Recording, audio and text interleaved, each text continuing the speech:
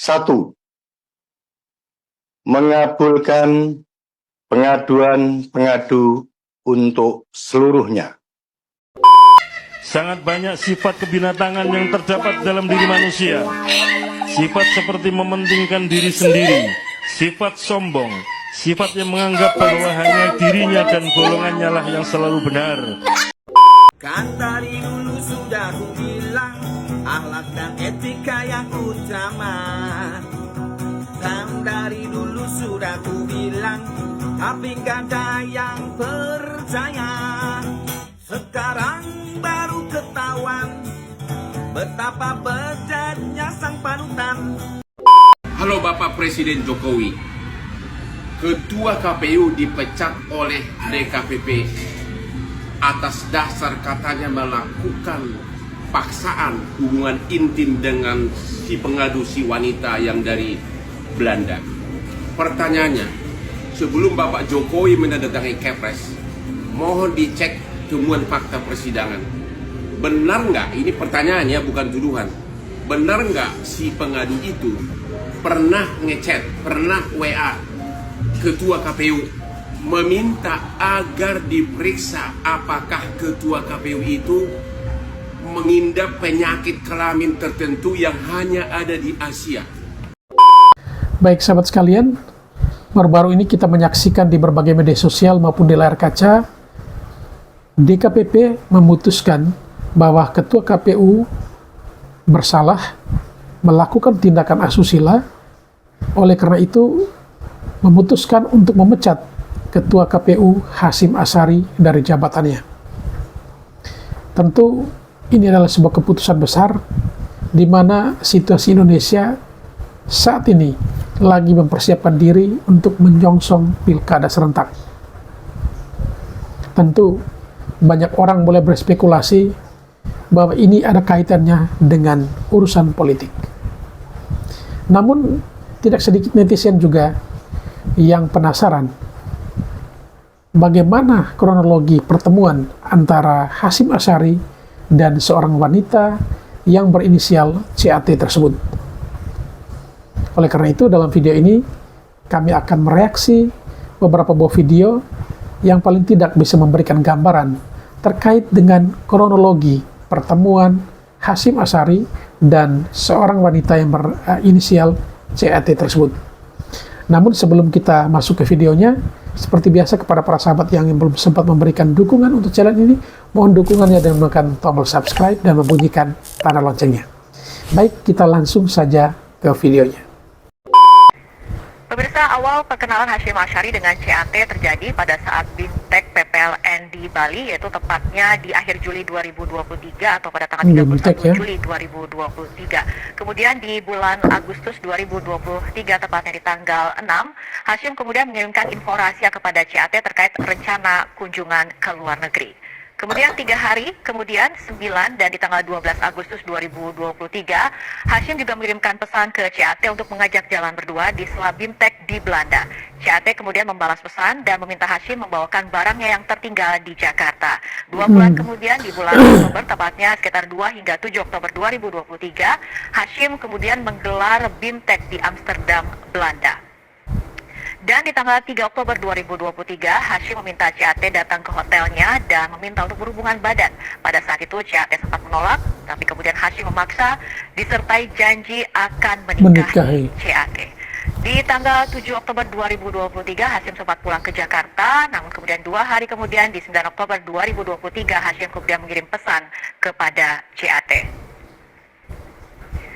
Dan pemirsa, kita lihat di tanggal 13 Oktober 2023, via pesan lewat aplikasi WhatsApp, Hasyim menyatakan berbagai pesan, bujuk dan juga rayuan seperti itu yang kemudian ditanggapi oleh CAT dengan ada kalimat penolakan. Dan percakapan lewat WhatsApp ini terus berlangsung sampai beberapa hari kemudian, dan salah satunya adalah membahas mengenai pemeriksaan kesehatan keduanya, baik Hasyim Asyari maupun CAT. Dan kemudian Hasyim pun menyanggupi untuk melakukan pemeriksaan kesehatan. Dan masih dari fakta persidangan DKPP, Kita lihat bagaimana kemudian ada berbagai fasilitas yang digunakan ataupun fasilitas dari KPU yang digunakan, di mana diantaranya Hasyim memakai kendaraan dinas untuk mengantar jemput CAT di luar tugas kedinasan saat CAT berada di Jakarta. Hasyim juga memfasilitasi CAT tiket pesawat pulang pergi Jakarta Singapura dengan biaya 8,69 juta rupiah. Selain itu, Hasyim memfasilitasi penginapan CAT di apartemen Oakwood Suites Kuningan dengan total 48,71 juta rupiah. Selain itu juga Hasyim memfasilitasi CAT tiket pesawat Jakarta Belanda sebanyak 3 kali dengan total pengeluaran 100 juta rupiah dan juga membelikan layar monitor untuk CAT seharga 5,4 juta rupiah. Kenapa kasus Ketua KPU di bulan Oktober 2023 baru diangkatnya di bulan Juli 2024? Padahal kenapa terlihat dulu ya? Gue yang posisinya sebagai netizen paling kepo sedunia kan jadi penasaran. Apakah karena ini? Sangat banyak sifat kebinatangan yang terdapat dalam diri manusia. Sifat seperti mementingkan diri sendiri, sifat sombong, sifat yang menganggap bahwa hanya dirinya dan golongannya lah yang selalu benar, serta sifat yang memperlakukan sesamanya atau selain golongannya sebagai mangsa atau musuh. Apakah karena itu terus bosnya merasa tersinggung dan kayak ngasih pembuktian siapa yang sebenarnya bersifat binatang? Gua atau lo nih? Atau jangan-jangan kita malah samaan? Nah, terlepas dari semua dugaan kasus lamanya Ketua KPU yang baru diangkat sekarang, ada lagi yang bikin gua mikir keras. Kira-kira ini dinaikin untuk mengalihkan isu apaan lagi ya? Karena sepanjang pengetahuan gue, setiap ada kasus viral, pasti ada isu lain yang bakalan keluar setelah kasus viralnya selesai. Kayak waktu dulu, ada isu yang viral tentang UKT perguruan tinggi negeri yang mahal. Terus dilanjut dengan isu tentang rakyat yang dipaksa untuk bayar iuran tapera. Ternyata gak lama kemudian keluar tuh putusan MK yang ngerubah syarat usia peserta calon pilkada 2024. Dan proses perubahannya itu cuman sekitar 3 harian doang, tanpa ada yang nyadar, tahu-tahu udah diganti aja. Nah, terus yang paling baru adalah data PDN di Kominfo yang dihack. Terus kabarnya orang yang ngaku sebagai hacker malah minta maaf. Gak lama kemudian keluar berita kalau KPU udah ngerubah aturan main yang menyesuaikan revisi undang-undang dari MA tanpa ada kritik dari rakyat terhadap penyesuaian itu. Gimana? Ada yang nyadar gak? Terus kira-kira abis isu Ketua KPU ini kelar, ada berita apaan lagi yang bakalan bikin kita bengong ya? Apa lo? Ketua KPU Hasyim Asy'ari dipecat. Ia disanksi karena melakukan pelanggaran etik. Dewan Kehormatan Penyelenggara Pemilu menyatakan Hasyim terbukti melakukan tindakan asusila dengan panitia pemilihan luar negeri Den Haag Belanda. Hal itu diketahui dalam persidangan. Bahkan terungkap Hasyim dan petugas PPLN Den Haag menginap dalam satu hotel. Berikutnya DKPP meminta agar Presiden Jokowi melaksanakan putusan paling lambat 7 hari sejak putusan dibacakan. Gimana tanggapan Anda mengenai kasus ini? Ketua KPU Hasyim Asy'ari diberhentikan karena tersandung kasus. Kayaknya ada yang kesinggung nih waktu Idul Adha di Semarang. Makanya Pak Hasyim pidato ceramah jangan jinggung-jinggung. Tuh kan, walaupun jasanya udah gede di Pilpres kemarin, tetap aja di-cut. Aduh, Pak Hasyim. Ketua KPU Pak Hasyim Asy'ari resmi dipecat atau dicopot dari jabatannya sebagai Ketua KPU karena terbukti melakukan tindakan asusila. Wow. Yap, jadi dilansir dari Tempo per tanggal 3 Juli hari ini itu Pak Hasyim Asy'ari dicopot guys karena terbukti telah melakukan asusila oleh panitia pemilu ya yang ada di pemilihan luar negeri di tepatnya di Belanda. Waduh Pak asusila apa nih? Saya jadi penasaran asusila bagaimana ini yang dilakukan Pak Hasyim Asy'ari sehingga melanggar kode etik dan dicopot sebagai Ketua KPU nih. Pak mohon maaf nih ya, Anda akan membawa dua beban moral yang begitu besar. Yang pertama, nama Anda itu adalah nama seorang ulama yang sangat dihormati di Indonesia ini, yaitu Hadratus Syekh Haji Hasyim Asy'ari. Yang kedua, Bapak ini tuh sebagai pejabat publik loh, masa melakukan tindakan asusila? Ini sebuah beban moral yang akan Bapak bawa seumur hidup loh. Apalagi ini sudah menjadi liputan media, sudah menjadi konsumsi publik. Waduh Pak, ini nggak tahu lagi deh. Pastinya keluarga Bapak akan baca, keluarga Bapak akan tahu dan lain sebagainya. Kalau memang itu beneran Bapak melakukan, ini sungguh beban moral yang luar biasa. Ya, terima kasih Pak atas kinerjanya di KPU. Semoga Bapak bisa menjadi lebih baik lagi setelah peristiwa ini. Ambil ibrohnya Pak. Menurut kalian gimana guys? Aku tunggu komentar cerdas kalian ya. Komentar cerdas kalian aku tunggu. Yuk. Kan dari dulu sudah ku bilang, akhlak dan etika yang utama. Kan dari dulu sudah ku bilang, tapi gak ada yang percaya. Sekarang baru ketahuan betapa bejatnya sang panutan. Kemarin khotbah di acara lebaran, tapi masih doyan begituan. Aduh, ada-ada aja ya.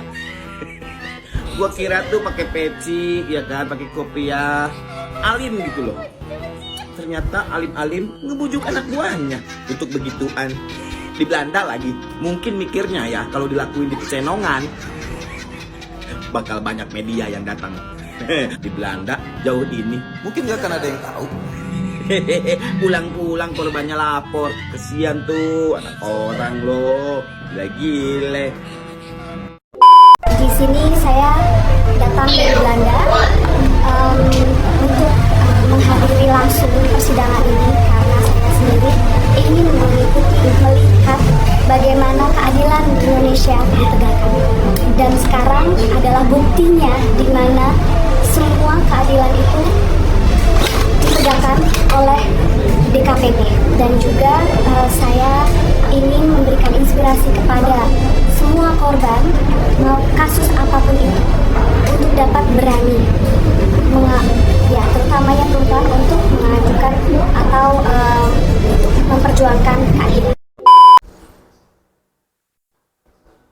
Terima kasih untuk rekan-rekan media. Di sini saya mau memberikan apresiasi yang setinggi-tingginya kepada DKPP yang sudah berani mengambil keputusan yang seadil-adilnya untuk kasus saya ini. Dan juga terima kasih juga untuk teman saya Risto dan juga rekan-rekan LKBH FHUI yang sudah mendampingi saya selama persidangan ini. Dan juga ya, hal ini sangatlah tidak mudah untuk saya. Dari awal sampai sekarang ini saya mengalami ups and down yang cukup besar, yang dimana saya terkadang juga bingung, tapi saya didampingi oleh kuasa hukum yang sangat hebat. Jadi sampai hasil yang pada hari ini telah ditentukan.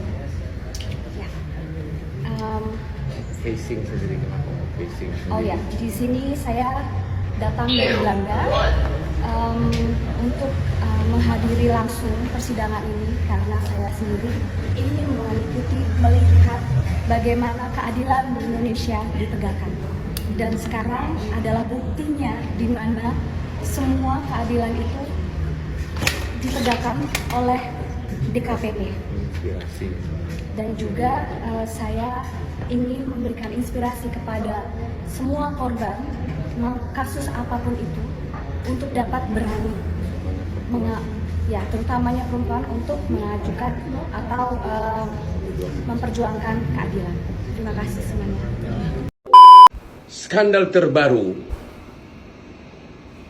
Ketua KPU Hasyim harus dicopot dari jabatannya karena terkait kasus cewek. Cuma penasaran banget semua orang. Ceweknya ini siapa sih? Sampai sekarang belum ada di medsos. Ya, siapa ini cewek kok bisa meruntuhkan hati seorang ketua KPU? Apakah dia cantik? Halo cewek yang meruntuhkan hati Pak Hasim, saya tawarkan Anda jadi aspri saya yang ke-327. Ya, udah pasti jauh lebih nyaman aspirnya Hotman Paris. Pertama, Hotman lebih ganteng dari Pak Hasim, lebih, ya pasti udah lebih berduit lah, lebih terkenal, ya. Oke, halo para netizen, tolong dulu diviralkan atau dikasih tahu ke saya wajah cewek yang bisa membuat ketua KPU Pak Hasim harus lengser dari jabatannya. Cantikkah dia? Feminimkah dia? Jago dansakah dia? Katanya dia pengurus untuk wilayah Den Haag ya. Apa keistimewaan dia? Oke? Siapa yang bisa memperkenalkan aku sama dia? Oke? Halo, saya tawarin Anda menjadi aspri nomor 373 deh. Sampai gue bingung gara-gara terpesona gue kayaknya. Belum ketemu saya udah terpesona. Halo Bapak Presiden Jokowi, Ketua KPU dipecat oleh DKPP atas dasar katanya melakukan paksaan hubungan intim dengan si pengadu, si wanita yang dari Belanda. Pertanyaannya, sebelum Bapak Jokowi menandatangani Kepres, mohon dicek temuan fakta persidangan.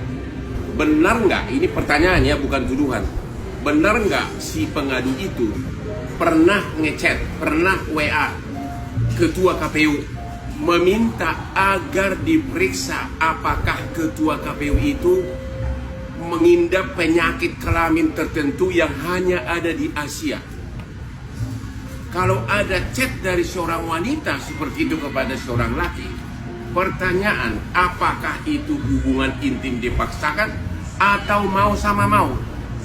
Ya. Yang kedua, benar nggak selama persidangan DKPP si cewek itu ngotot tidak boleh dipublikasikan identitasnya, tapi setelah dia menang sekarang sudah viral di mana-mana, dia nongol di mana-mana. Pak Jokowi, hati-hati, jangan sembarang tanda tangani Kepres. Cek dulu Hotman 911.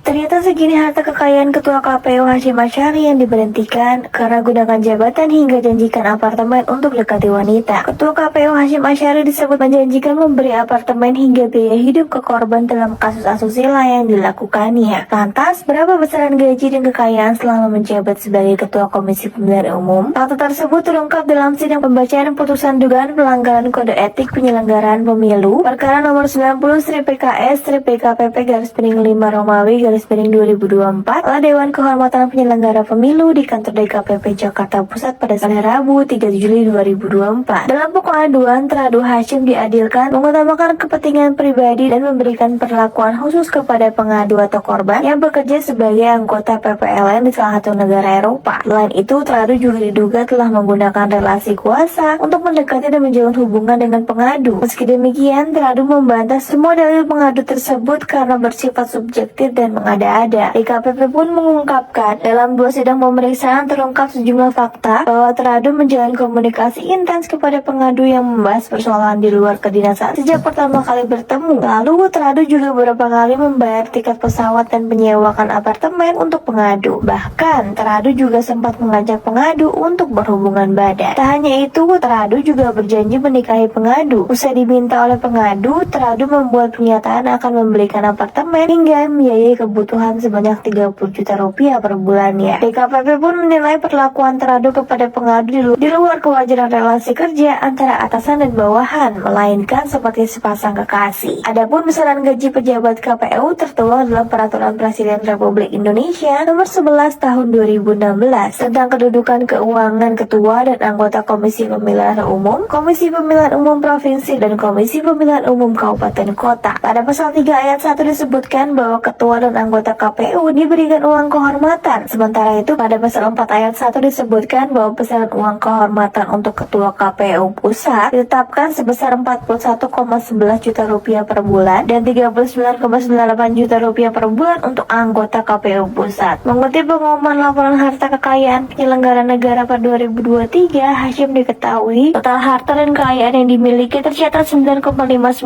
miliar rupiah. Jumlah itu tercatat meningkat jika dibandingkan dengan total harta kekayaan yang dilaporkan Hasyim pada 2022 senilai 9,04 miliar rupiah.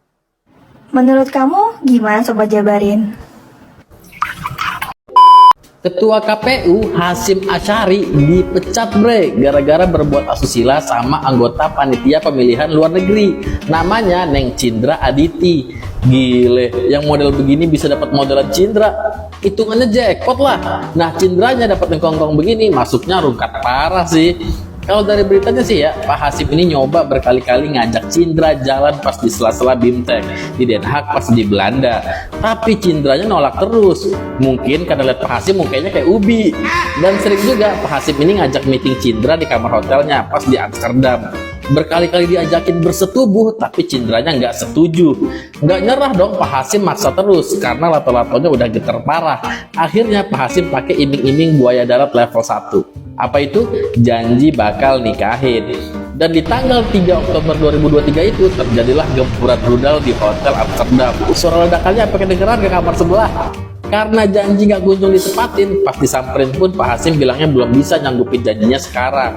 Akhirnya Cindra minta Pak Hasyim bikin perjanjian. Isinya Cindra bakal dikasih apartemen di Puri Imperium, full balik nama, terus bakal dikasih 30 juta tiap bulan buat tiket pulang pergi Jakarta Belanda.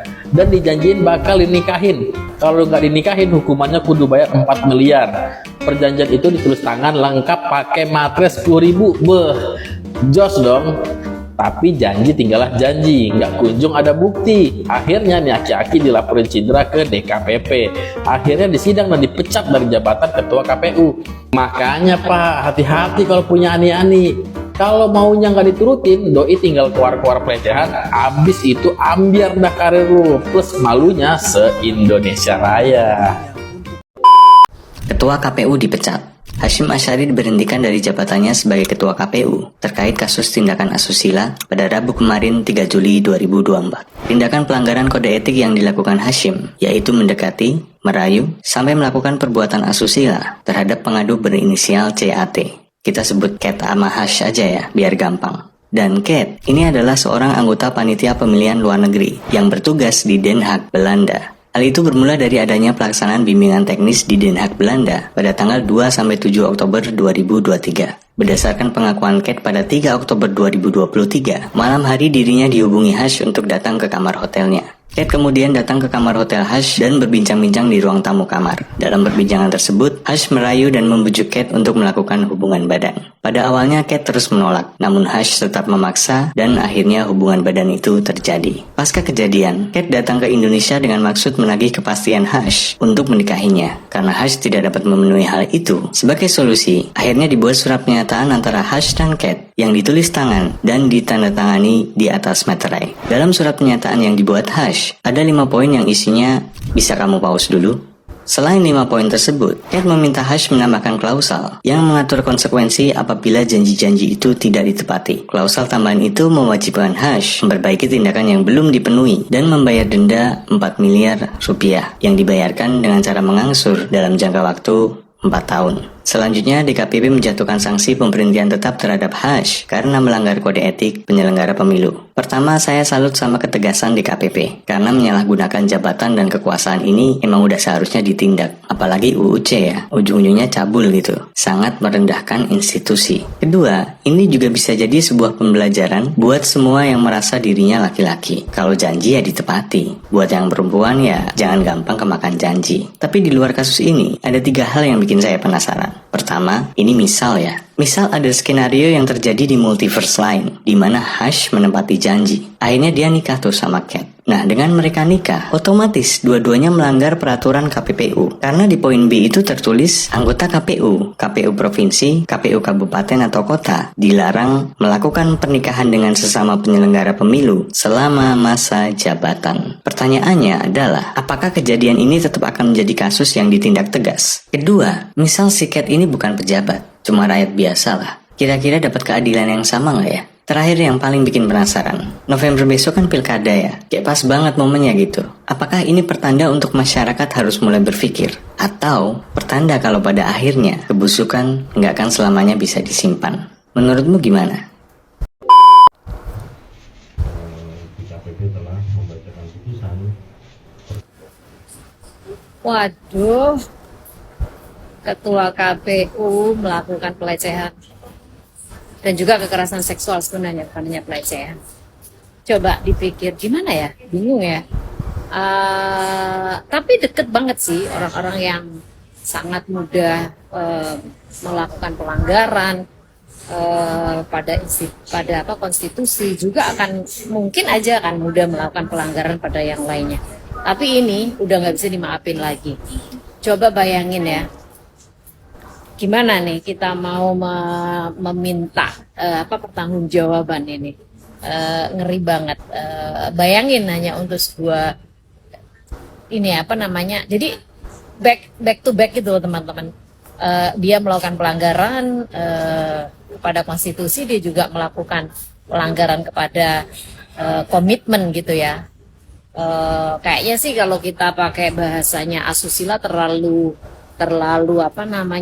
lembut gitu ya. Itu bagian dari pelanggaran komitmen yang sangat serius. Nah, sekarang kalian mau ngapain dengan ini semua? Masih percaya bahwa orang-orang yang di belakang lingkaran ini semua orang-orang yang betul-betul bisa dipercaya rakyat untuk bisa memimpin negeri ini? Hati-hati ya, nggak semua orang yang kelihatannya religius, kelihatannya alim, bla bla bla, saja mereka adalah salah satu pelanggar yang sangat